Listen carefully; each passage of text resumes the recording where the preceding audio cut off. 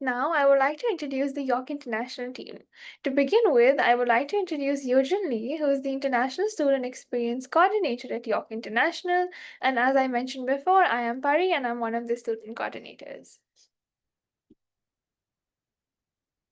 By the end of this webinar, we're hoping you will have more knowledge on academic expectations related to teaching, learning, and the language of instruction at York University, the significance of upholding academic integrity and its role in your academic journey at York University, key resources and support services available to enhance your graduate success, the orientation process and its benefit for your transition into graduate studies.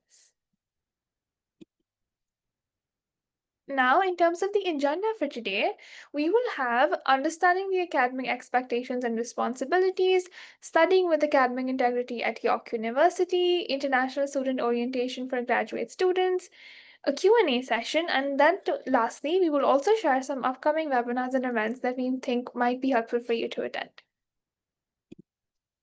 Now, I will be passing it off to our student success team who will be guiding you through today's session. Fantastic. Thank you so much, Puri, as well as the OT team for hosting me today. I'm really excited to be with you and to share some tips and insights to help you thrive in grad school, but then also just in terms of navigating the Canadian classroom. But before we dive in, I am going to quickly introduce myself. So, hello, everyone. My name is Nikita Cruz, and I'm an International Student Experience Coordinator at York University in the York International Department. I manage the student success portfolios, which is all about creating programs and initiatives to really support with your academic and professional growth. We also have Anil, who currently isn't present at this pre-arrival today, but she is a student coordinator on my team that really brings all of our programming to life. So you might see her at our events if you are on campus next term. And now I would like to also share that we have a current international PhD student at York who will be providing some insight into academic life at York. I would now like to pass it off to Gaurav to introduce himself. Thank you. Thank you, Nikita. And hello, everyone. And first of all, congratulations on making it to grad school and a very warm welcome to York University. My name is Gaurav Bhardwaj. I am from India and currently a PhD student in civil and environmental engineering at York University. So, like you guys, I joined York around 3 years back as a grad student with many expectations, but many more doubts and questions. Over these years, I have navigated not only the Canadian classroom as a grad student, but also like outside the classroom. I currently also serve as an advisor to your graduate apartments. So today I'm here to share my experiences and learnings with you guys. Thank you. Fantastic. Thank you so much, Gaurav. We're really happy that you're here. And with that, I would now like to dive into today's topic.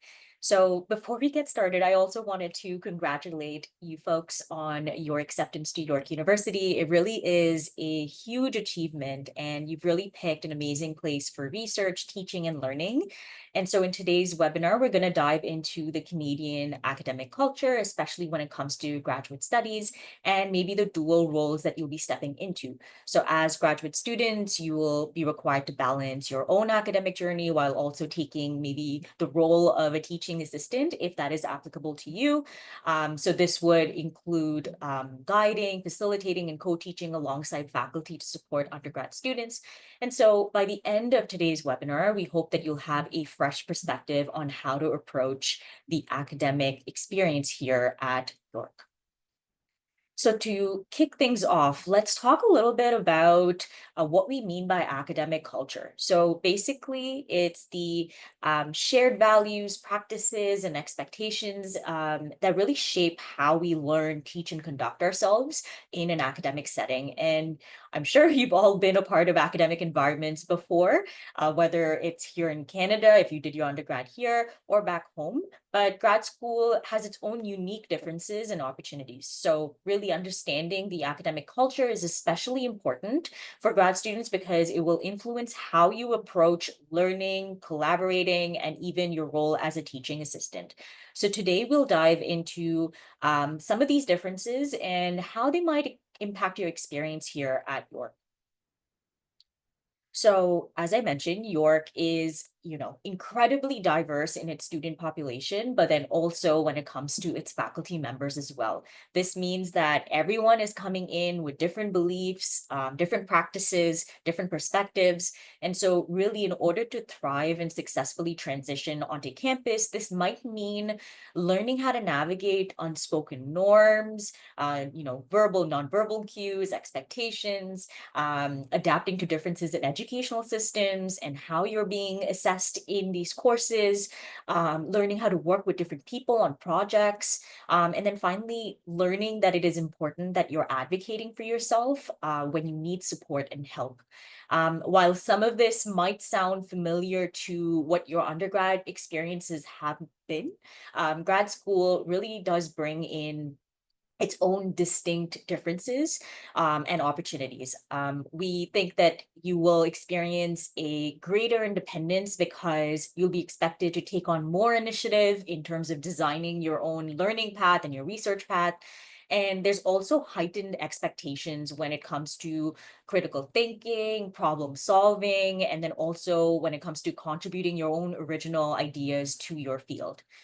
And also, with that comes balancing your life as a student while also being a teaching assistant and also conducting research, if that is applicable to you, which can also be very demanding and rewarding.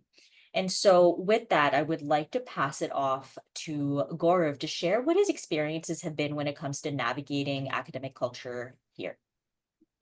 Thank you, Nikita, and very nicely put.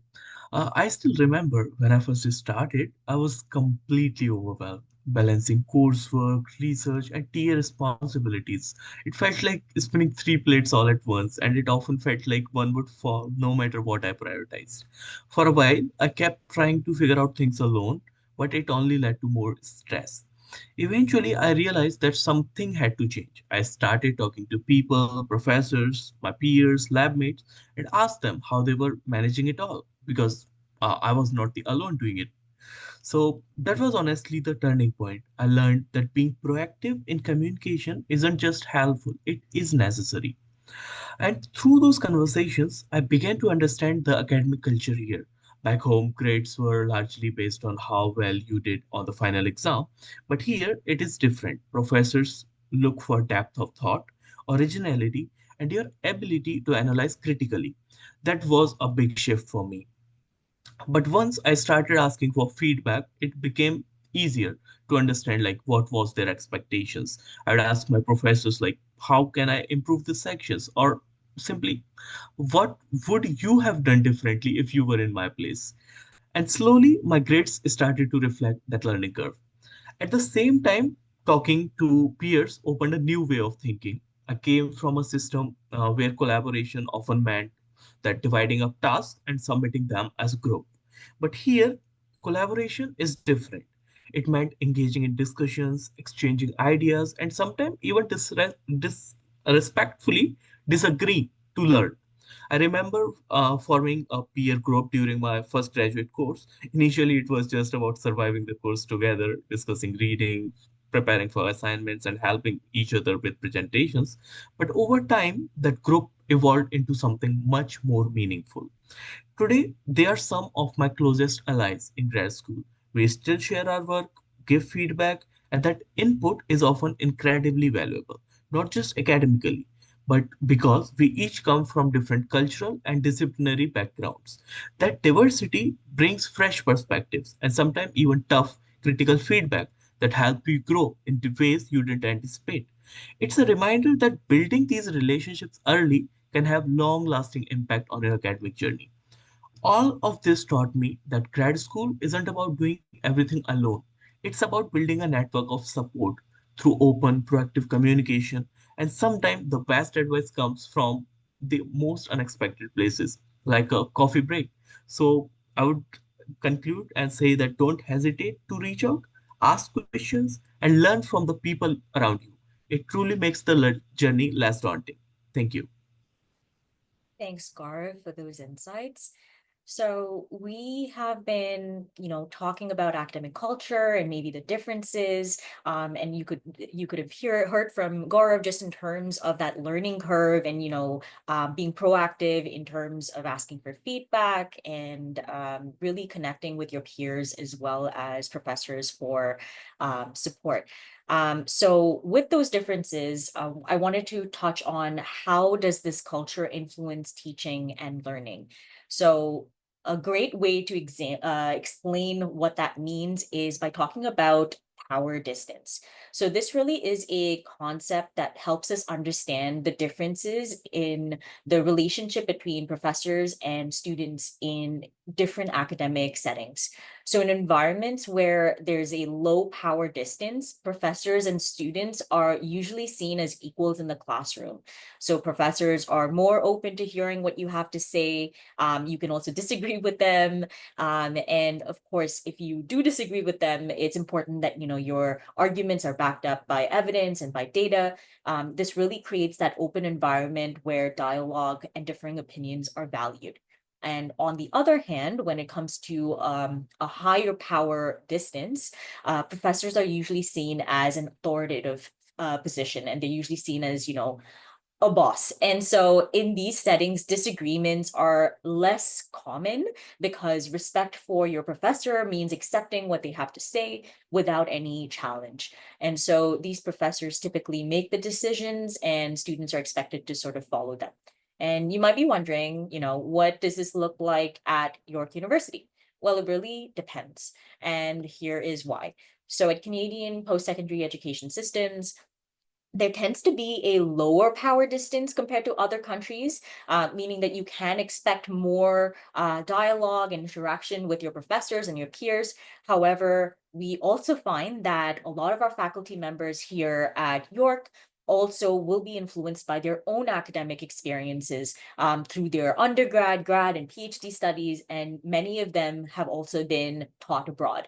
And so this might mean the teaching style in your classroom may differ depending on your professor's background and academic culture. So while the overall environment tends to be more open, you might encounter that there are classes or professors where the power distance might feel a little higher depending on your own experiences. So now let's talk a little bit about what you can expect in the classroom at York University. So over here, professors are typically seen more as facilitators and as guides rather than authoritative figures. So you'll be expected to actively participate in class and you're encouraged to share your own opinions. And critical thinking is really, really valued, as Gaurav was sharing during his, experiences. And so it's really perfectly okay to disagree with something. However, as I mentioned, it's very important that any disagreements that you may have is usually backed up by readings or material that is being discussed in the class. And so if you disagree without that knowledge to support, it's not really considered critical thinking. So just being mindful of that as well when you're speaking up. And one tip I'm sure you will hear a lot during your time at York, and this is to really read your course syllabus. The syllabus tends to be, your roadmap to your courses. It clearly outlines how you're being graded, what the expectations are, what the readings need to be, what lab work you might have, or group work that's expected. And you tend to get the course syllabus usually at the start of the semester. So it's a great resource to help you plan and manage your coursework alongside other responsibilities you may have. I'd now like to pass it back to Gaurav to share some of his experiences when it comes to expectations in the classroom. Thanks again, Nikita. I would like to share an experience of the low power distance as you talked about. So, one of my most memorable classroom experience at York was during a grad course I took in my second semester. Unlike my other courses, which were closely tied to my research on which is on microplastic in wastewater treatment, this one was a bit outside my usual scope, and that's exactly why I was excited about it. I walked in expecting the professor, who's an expert in the field, to deliver a series of lectures that would expand my knowledge. But to my surprise, the very first thing the professor did was hand out the syllabus and ask each one of us to choose a topic from the list. The format of the course wasn't what I imagined at all. Instead of traditional lectures, every week one of us would lead a discussion based on a research paper related to our topic. And when I say lead, I don't mean giving presentation. I mean sparking a discussion, answering questions, and sometimes even defending our interpretations. The professor would just sit among us, not at the front of the class, and step in only to guide the discussion, not to dominate it. At first, I was a bit taken aback. I thought, wait, aren't we here to learn from you? But as the weeks went by, it became one of the most rewarding experience of my graduate journey. It created a space where we felt completely comfortable asking questions, respectfully challenging each other's views, and even disagreeing. Because it wasn't about being right, it was about thinking critically and learning from one another. And there were no exams, just a simple weekly reflection where we wrote down two new things we learned from that week's discussion. That was it. But you know what? I've never skipped a class because every session felt valuable. And it was us who were driving the learning. The kind of collaborative and active environment made learning much deeper and more memorable. Now, of course, not all classes would be like that. Some will have exams, quizzes, assignments, and formal lectures. But what I took away from that experience is the successful students go to class. Even when you are not feeling your best, just showing up and engaging can make a huge difference. And everything counts here, as Nikita mentioned. Not just your final project or midterm, participation, attendance, reflections, discussions, they all add up. So keep an open mind because some of the most unexpected classroom setups can turn out to be the most transformative. Thank you. Thank you so much, Gaurav, for sharing your experiences in your classes. And as Gaurav mentioned, depending on the courses that you're in, assessment and how the course is sort of structured might look a little different. So you have to really adapt based on maybe the teaching styles of your professors. So the next thing that I wanted to touch on is outside classroom dynamics. There's one tricky question that often comes up. Do you call your professors by their first name or by their last name?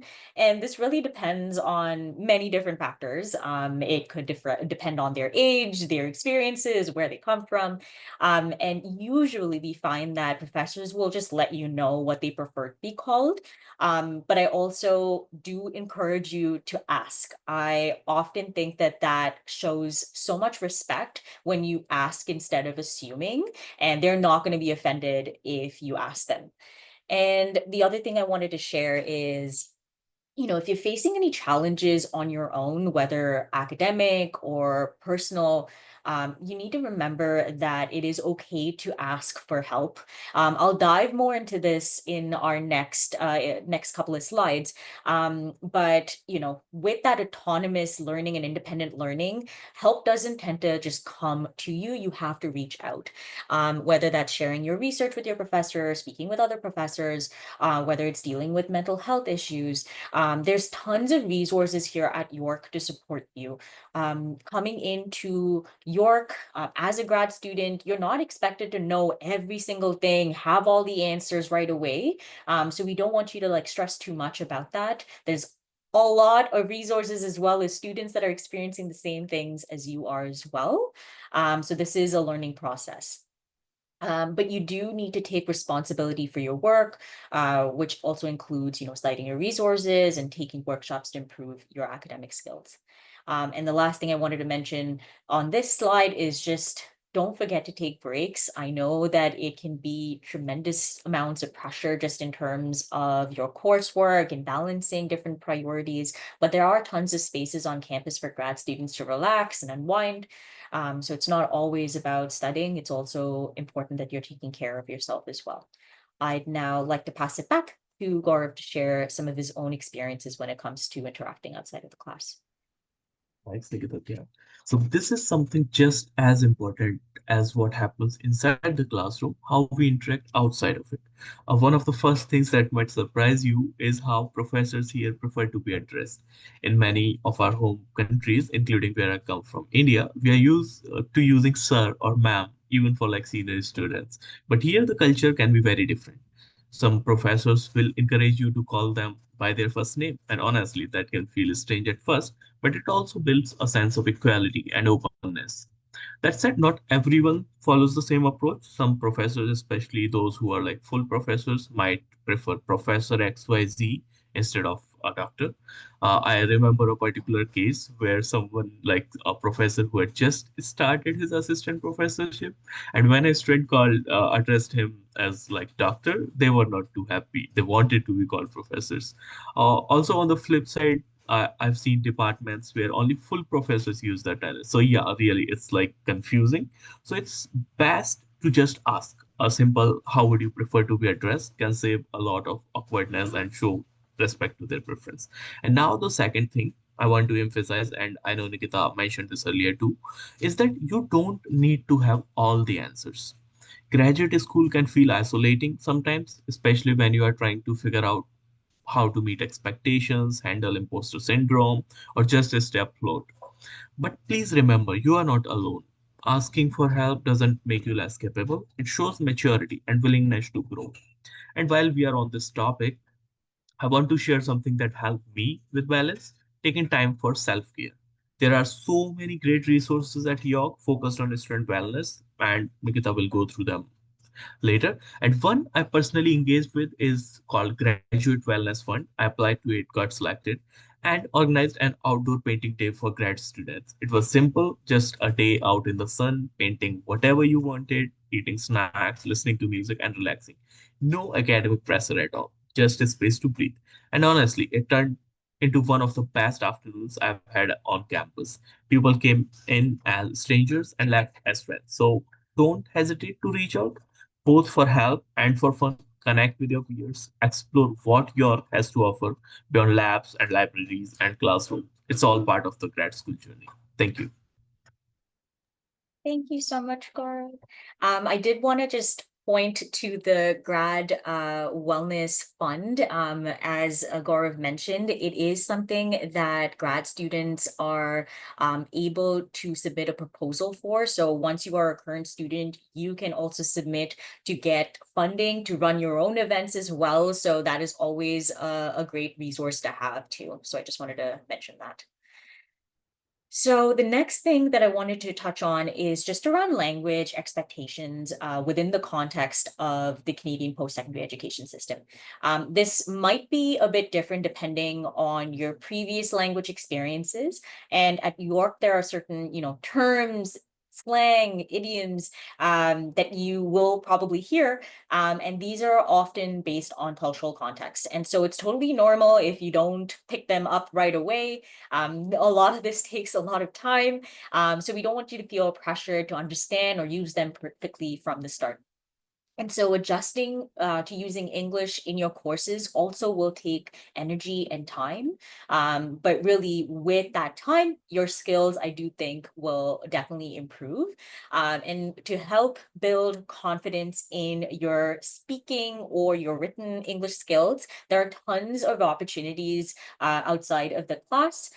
For example, we do have the English Conversation Partners program, which pairs you with a fluent English speaker to practice your conversational skills. And then you're also able to make a friend in the process. You're able to explore different places. And another great resource that I wanted to share is the English as a Second Language Open Learning Center, which is also here to support you with your academic communication and writing skills.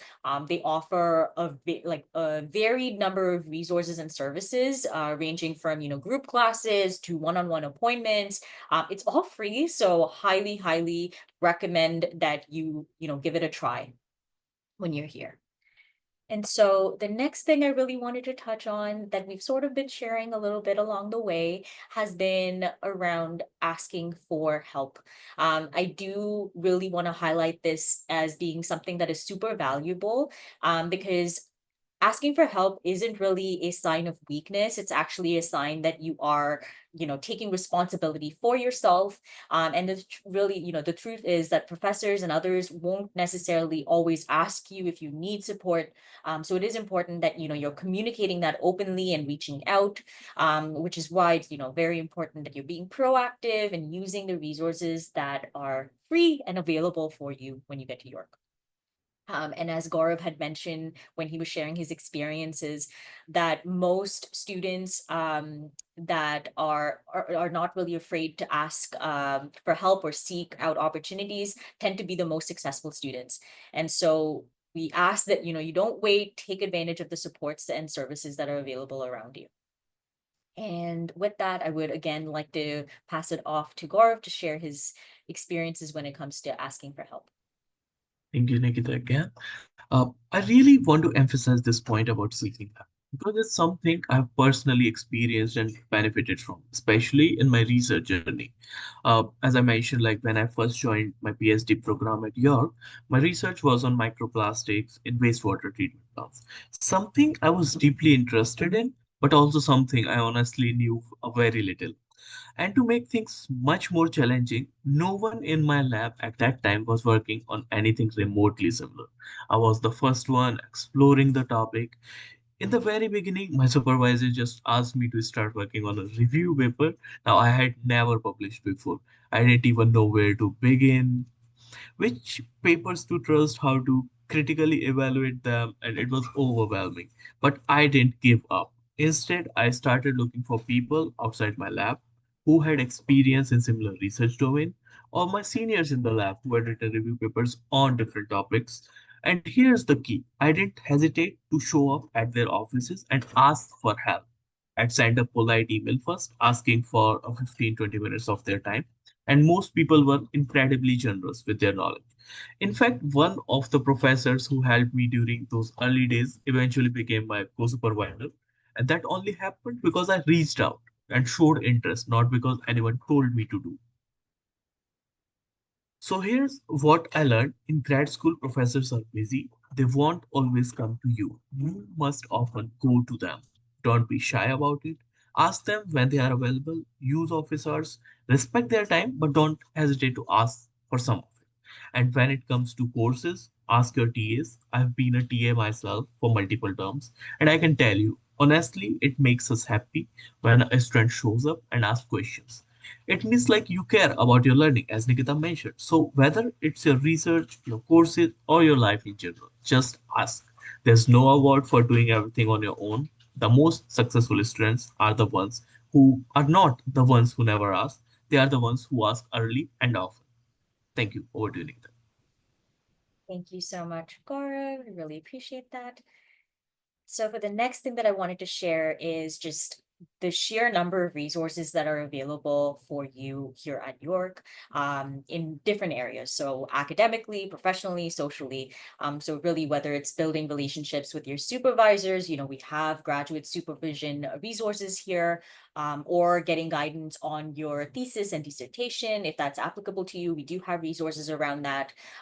We also have resources on improving your academic writing, citations. So we do have the Writing Center here for you. We also have learning skill resources. So if they're evidence-based tools and resources, templates that you can use to manage your time effectively, learn more about how you can critically think, problem solve, and these also are free for you. The one thing that I wanted to just highlight when it comes to the supports and resources is your grad program assistant. This is something that Gaurav has shared with me that is really, really valuable and important, that you do reach out and build a relationship with your grad program assistants, because they're the ones that sort of know exactly what to expect in your grad program. So if you I guess the links are provided in, yeah, the links are in the chat. There is a link for the grad program assistants. And if you aren't already in contact with them, you can find a list of, like, based on whichever faculty you're in, their contact information to reach out to them if you haven't done so already. And then the last thing that I wanted to share is just around the wellness consultation and counseling services. Again, this is a free service for you, so we do ask that you take advantage of it. And so as grad students, it is super important that you are staying on top of your deadlines. So at York, we do tend to have 3 academic terms in academic year. So the fall, winter, and summer. So to keep track of these key deadlines like enrollment, fee payments, course dates, the link is provided in the chat to stay updated. And lastly, I did want to share before we move on to the next topic is that York has an incoming student checklist that is designed specifically for graduate students, and it walks you through the steps to take before and during your first weeks here at York. So I really do recommend that you check it out to really help with your transition and to make it as smooth as possible. And so in this next section, I will be presenting on what it means to study with integrity here at York. I would now like to also introduce my co-facilitator, Abby, who will be presenting on some of the academic integrity pieces. Abby, would you like to introduce yourself? Abby, you're... Okay, can you hear me now? Yes, we can. Perfect. Thanks so much. Hello, everyone. Thank you for joining this session, and thank you for, I think one of the things that we should do is thanking you for bringing your wealth of experience, knowledge, and your culture to York. We are happy to have you here. I also would like to thank York International for arranging for this opportunity so that we can talk about academic integrity at York. I am the Graduate Academic Affairs Assistant at Faculty of Graduate Studies, and I'm with you today to present the session. Thanks, Nikita. Fantastic. Thank you so much, Abby. So here is an overview of what we will discuss with you today. So first, we will start by sharing the importance of working with integrity. Then we'll get into what exactly is academic integrity here at York. I'll also talk a little bit about navigating some of the academic integrity challenges you may experience. We'll talk a little bit about academic conduct policy here at York. We'll then focus a little bit on breaches and consequences and what that might mean. And then I will also pass it off to Abby to introduce some strategies that you can use to avoid academic misconduct. And then we have additional resources to share with you as well. So starting with, we're going to talk about the importance of working with integrity, especially here at York. So as I had mentioned earlier, you're a part of a very diverse and inclusive academic community. And here everyone brings in, their own perspectives and unique experiences. And that is something that we truly value here. And for some of you, this might also be your first time navigating York's expectations around academic integrity. So I can begin with a simple question around why is it important to work with integrity? So first, it really means that when you are putting in your own effort, you're really building the knowledge and skills that you will need in order to succeed, not just in your program, but then also when it comes to your future career. And this really is a key to your personal and academic growth. Second, it's to do with, earning your degree with integrity really reflects on your hard work, your skills, and your academic achievements as well. And it's also a great way to showcase all of what you've really accomplished over the years. And thirdly, working with integrity really promotes fairness, respect, and trust within the academic community. So with your peers and your professors. And so it's really important that you uphold those values. And then finally, upholding academic integrity really means that you're, maintaining the university's reputation. And so when students act with integrity, it really ensures that the value of the York degree that you hold is recognized, is respected, both here and also around the world. So before we move on to the next slide, I do want to emphasize that academic integrity isn't just about following the rules. It's really about setting yourself up for long-term success and really contributing to a very positive academic experience for yourselves. I know this might sound like a lot of pressure, but we do ask that, you don't stress too much about this. We do have resources, as I mentioned earlier. It's a learning process, but we just want to make sure that you understand the expectations and start practicing them when you begin your journey next term. I would now like to pass it off to Abby to introduce academic integrity values. Thanks, Nikita, for sharing the importance of working with academic integrity. So we talked about some values. Let's bring them together. These are honesty, trust, fairness, respect, responsibility, and courage. And honesty means be truthful and give credit where it's due. It also means you need to work with factual information when you are doing your research. And it's always important to aspire to be objective and consider all perspectives when you are looking at a subject. Trust also means to be able to clearly express what you mean and to have a clear understanding of expectations so that you can follow through. It also means you should be able to encourage mutual understanding. Without understanding, there would not be mutual trust. And it means you should be able to trust others as others trust you. The third tenet, or let's say pillar of academic integrity, is fairness. Just in brackets, one of the things that I like about integrity in academic environment is that you don't need to just apply it here. You can actually take it and go and apply it to your life. You can be fair by having an open mind, to be able to listen to others, and when you are asked to provide your opinion, provide an objective point of view.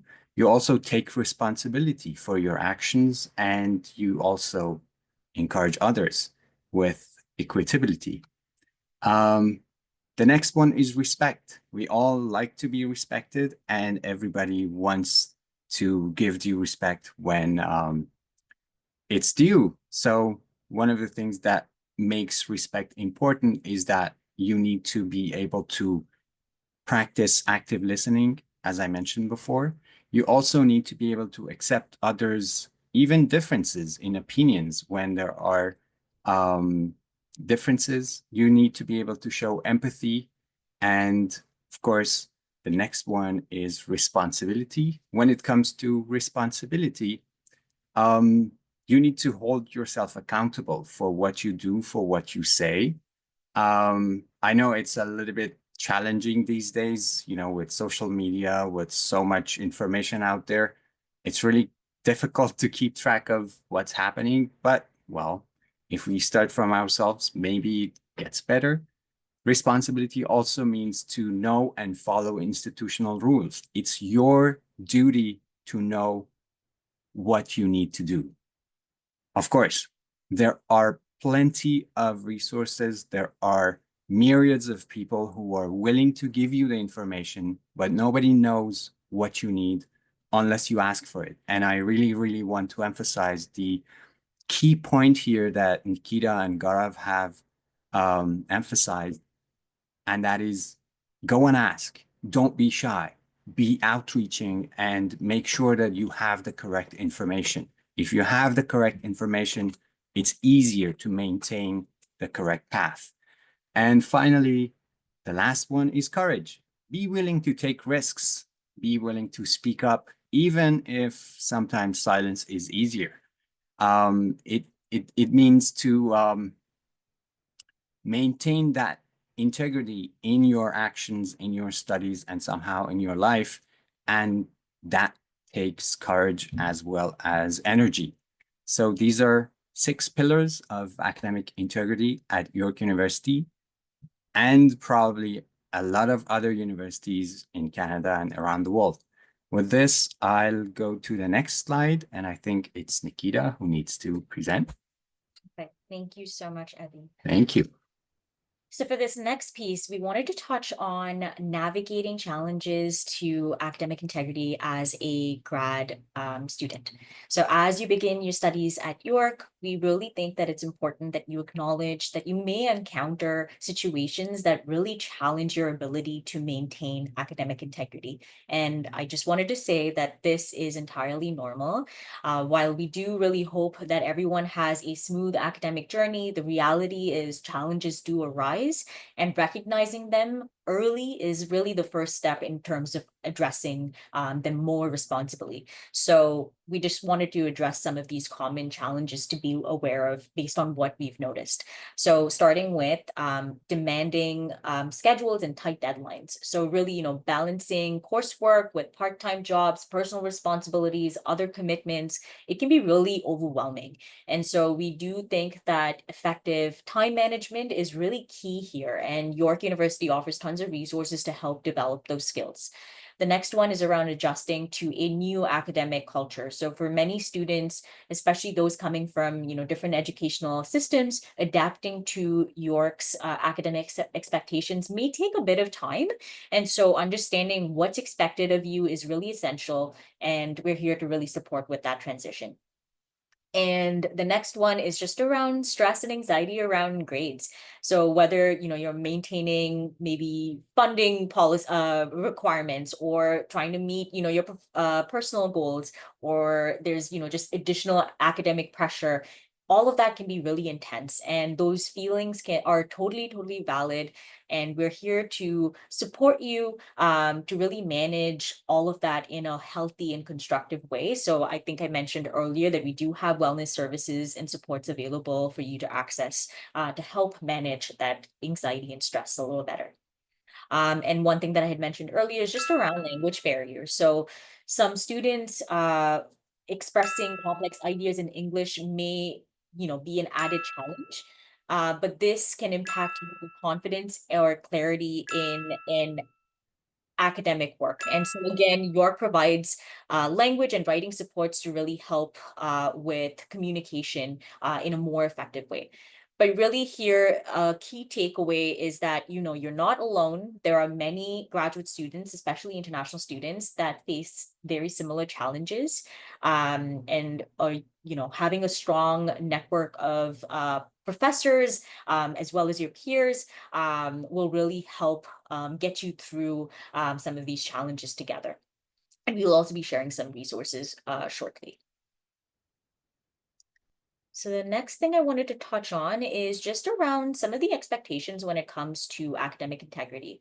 So as of, I think, the beginning of September 2024, York has introduced a new academic conduct policy. And this policy really outlines responsibilities for both faculty members as well as for staff and for students in terms of upholding academic integrity. So we can just briefly take a look at what this might mean for you.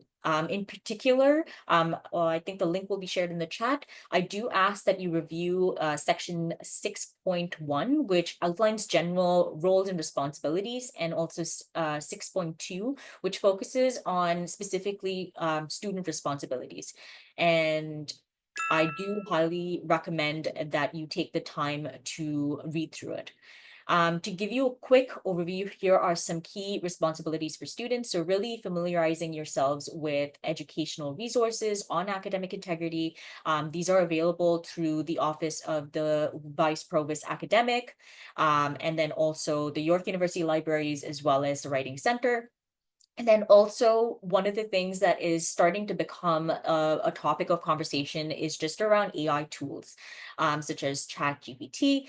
This is also a newly added part of the policy. There definitely has been a lot of confusion around this and how the tools are used. But the key takeaway from this is, if you are planning to use any AI tools, just make sure that you are confirming that with your professor to ensure that that use is permitted. And your instructor will be able to provide you with more instructions on how to use it more appropriately. And then the next thing I wanted to touch on briefly is just the breaches of academic integrity. This is outlined in section 5.2, and it also provides you with examples around cheating, plagiarism, misrepresenting your identity, engaging in fraudulent or unethical research practices, and you can find detailed definitions and examples within the policy itself. And so before I pass it off to Ebby, who will talk about strategies to avoid in terms of misconduct, I do want to emphasize here that this is not about trying to create fear. I do understand or recognize that, with one of the sections outlining consequences to breaches, it's just we want to make sure that you understand this going into your academic journey so that you're set up for success. With that, I will pass it back to Ebby. Thank you. Before I start, I just want to go over the last point that Nikita mentioned, which is the consequences are important because when you have insights to what could happen, you are better prepared to avoid performing or the pitfalls that are present. When it comes to strategies, the first thing that we want to know is what are the rules that we are playing by.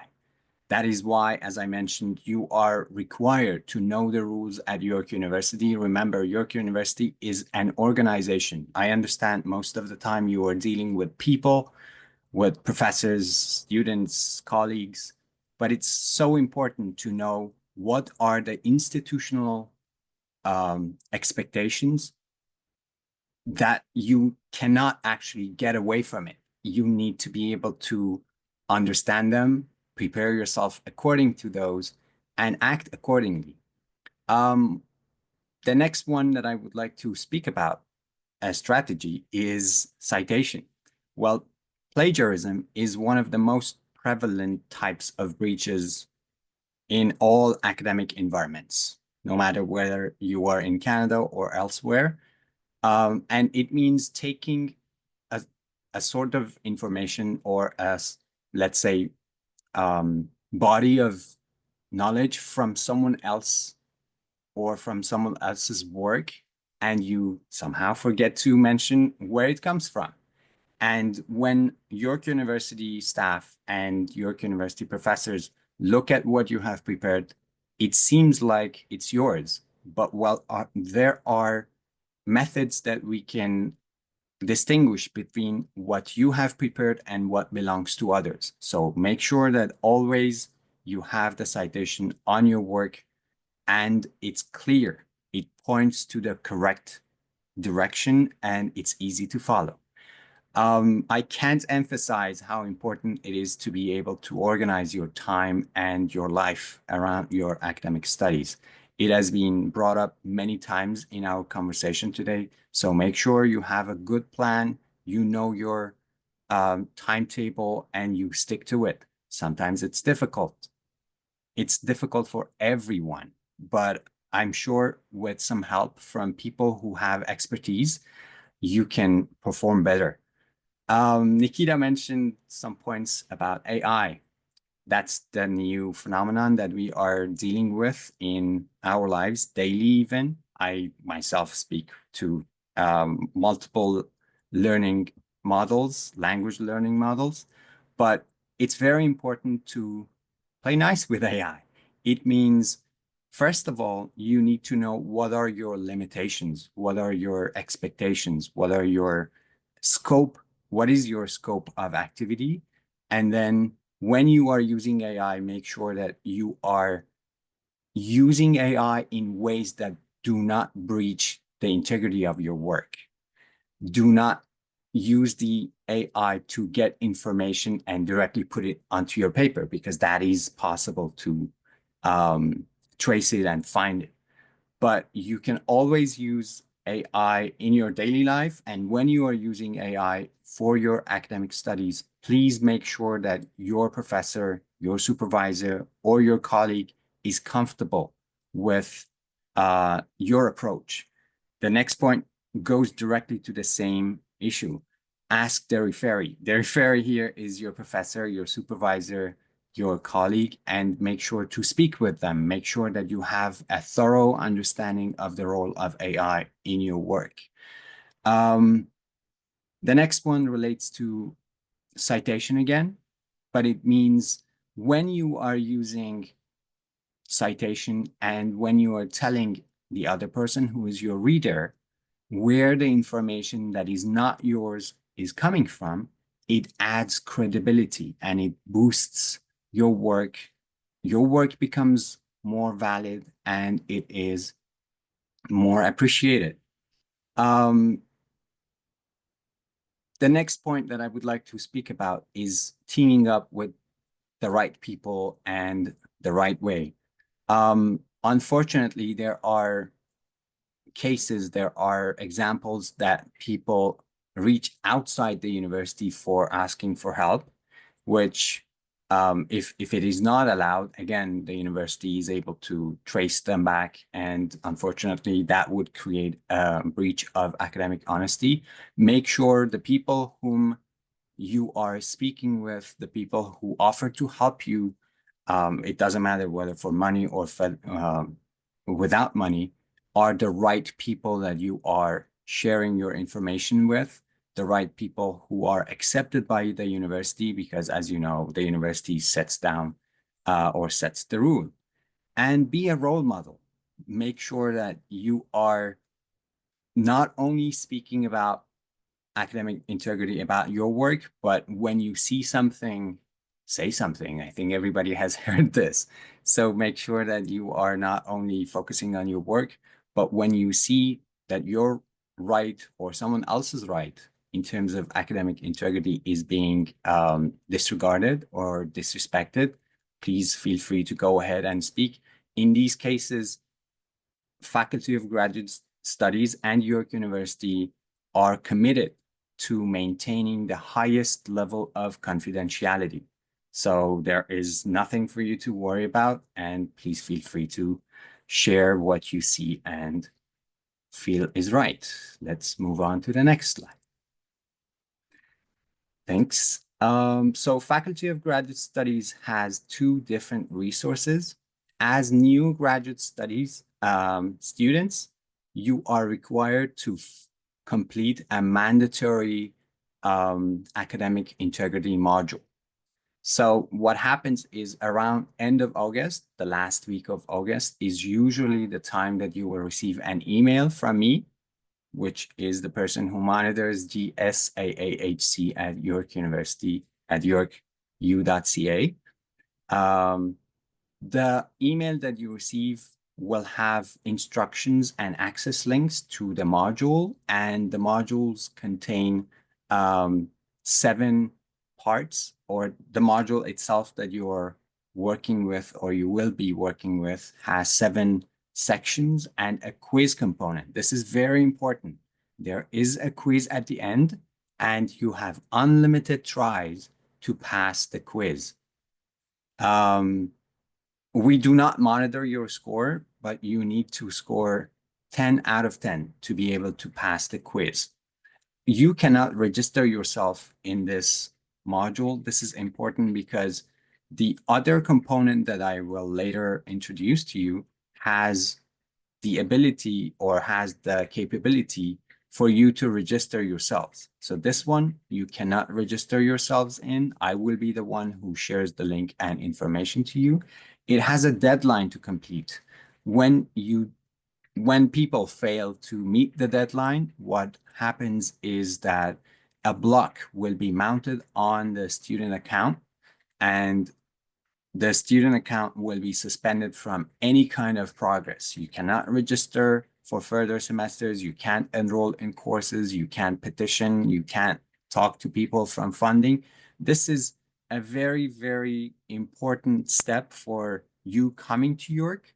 However, it only takes around 1.5 hours, 2 hours to take care of. So as soon as you have time, please take your time, go and do the module so that it's out of your way. I understand when you are coming here, you are dealing with a plethora of things that you need to work with. Your international students, you need to deal with housing, you need to deal with your food, and so many other options that are important for you. The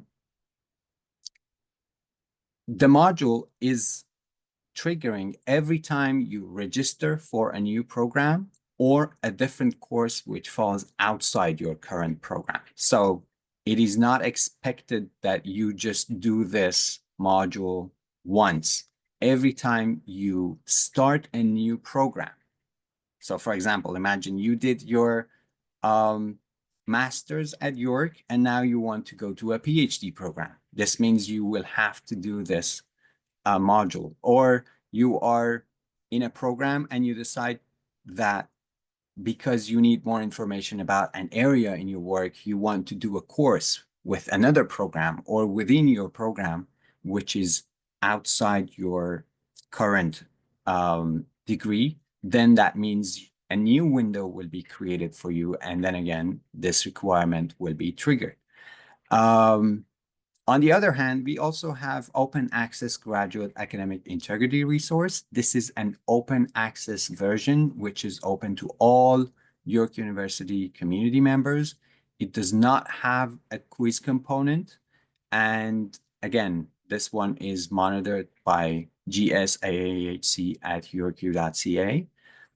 It does not have a deadline because it's normally for self training and for getting more information.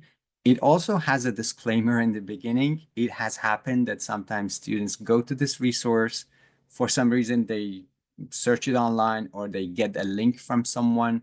They go and complete this module, but at the beginning of the module, there is a disclaimer that says, if you complete this module, remember, it will not satisfy that mandatory requirement. This means you will have to, at the end of the day, complete the other module. And the takeaway here is there are two versions. I understand sometimes it's confusing. Please make sure that you verify which is the correct version. Let's go to the next slide, please. God forbid, if you are engaged in academic breach and academic honesty cases, here is an overview of the process. So what happens is after a breach is alleged or somebody or something has created case file that says someone as a student is in breach of the Senate policy, the program initiates an investigation. They will reach out to the students by writing or by telephone, and they will speak with them and invite them for an exploratory meeting, as you see in the program level. In the exploratory outreach, if it is decided that there has been no breaches, the case ends. In these meetings, you normally sit down with your graduate program director and your professor or course director to tell your side of the story, to tell them what's happening. If, however, there are grounds or evidences that still a breach is a valid option, the case will be forwarded to Appeals and Academic Honesty Committee. That's the committee that will look at your academic honesty case. If they understand that the breach has occurred and they find out that that a student is guilty of breaching the Senate policy, they will sanction the student. The sanctions have two components. One usually is an educative component that invites you to reflect on the practices that you are implementing in your studies. And the second one is normally something that is punitive. For example, if you look at the previous page that was shared in the chat, you will also see the list of sanctions. They vary from writing a paper as a reflective practice to expulsion and, very, very severe consequences that a person might face.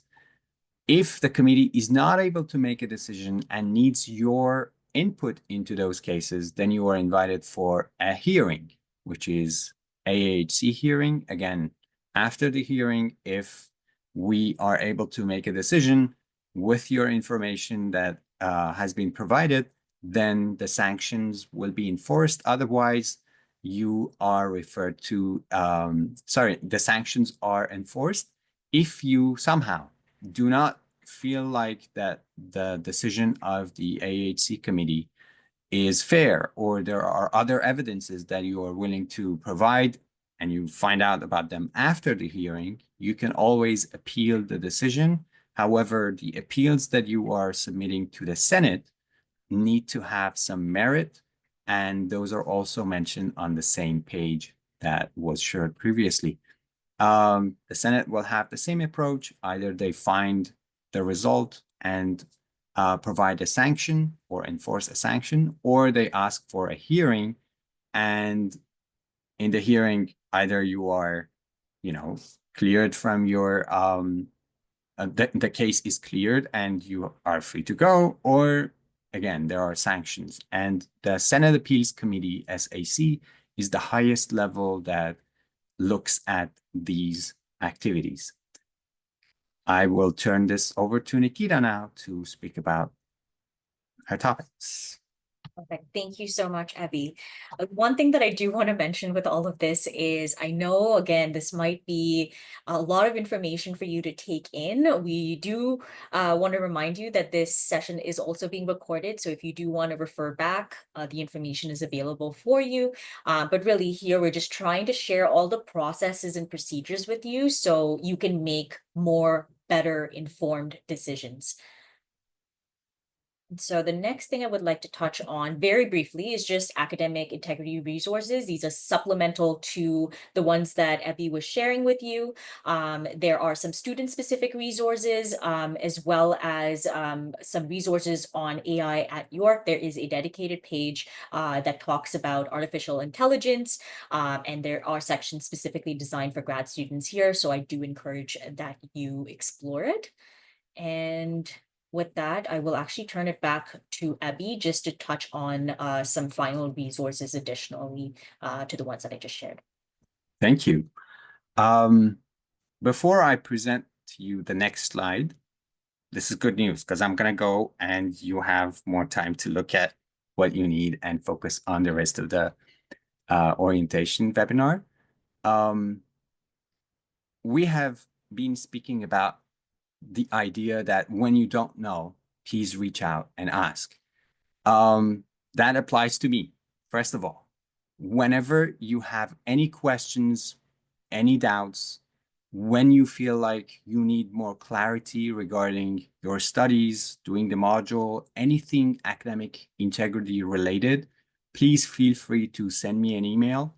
Just tell me what your problem is or what is it that you need information about. If I can help you, I will be happy to share the resources with you and guide you through the process. If I'm not the right person, I always strive to be able to share the contact of the person who can advise you on the matter. Let's look at the resources that are available here. This slide will be shared with you, and I hope that you will be able to access the links that I have provided here. First of all, we are looking at York University Academic Integrity website. This has been shared in the chat already. It has multiple sections on academic integrity. There are various types of materials there. I cannot advise you to go there and read everything because some of them are specifically academic and administrative, but the sections that are important for you are avoiding a breach, academic integrity modules, student and university relationships when it comes to these. And the next one that I would like to share with you is the wellness consultation and counseling services at Faculty of Graduate Studies, as well as other offices at York. We have counselors that are available to you when you feel too much pressured, when you feel like, I don't know what I'm doing. I've been a student, I've lived through an international student's experience, and I know it's not simple, it's not easy. You're most of the time on your own. So do not resort to thinking about all the problems by yourself and sticking to your room. Go out, speak with people, ask questions, and use the counseling services. Finally, York University Graduate Students Association is another body that you can get counseling from when there are academic honesty cases. these are the people who are very much aware of the policies of the York University. They are also aware of the roles and responsibilities as well as the privileges of students. So when you have something that is bothering you, reach out to these people. They are very friendly. They can advocate for you. Sometimes they can speak for you when you allow them to. And because they have better knowledge sometimes of the policies, they can guide you when you face difficulty. With that, I just want to wrap up these slides and ask you to share questions if you have any.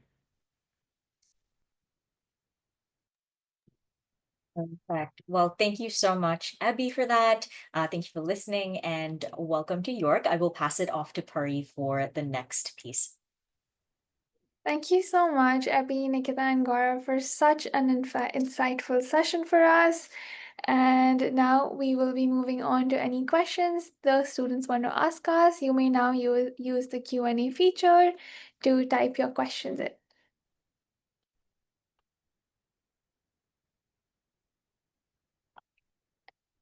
While we're waiting for everyone to get in their questions, we will be sharing some upcoming webinars and sessions we think would be helpful for them to attend.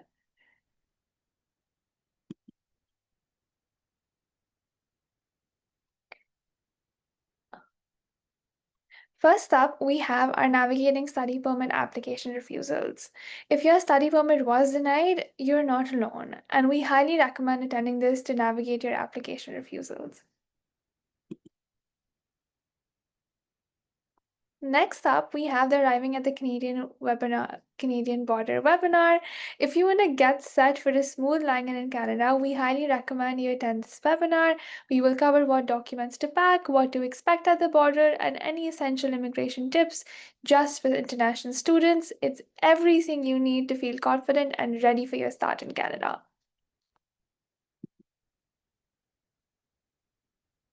Now, if you want to get a real look at the student life at York University, no filters, just honest tips and helpful insight.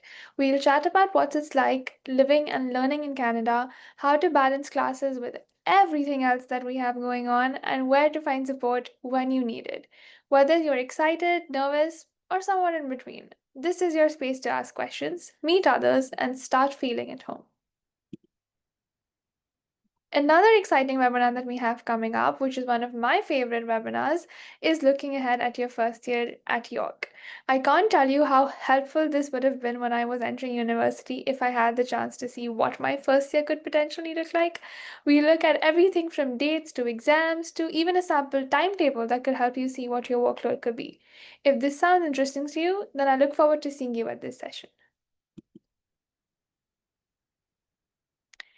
Here we have our York International event calendar, where you can find not only our upcoming events, but also our next drop-in sessions and appointments with our immigration advisors. And you can register for them directly from the calendar. I would suggest you folks bookmark it to your browsers for easy reference. And if you don't want to miss out on all the fun and engaging content we put out on social media, follow us to stay updated with everything York International has to offer. Before we end the webinar, I will take a quick look at the chat if we have any questions. And looks like we have no more questions.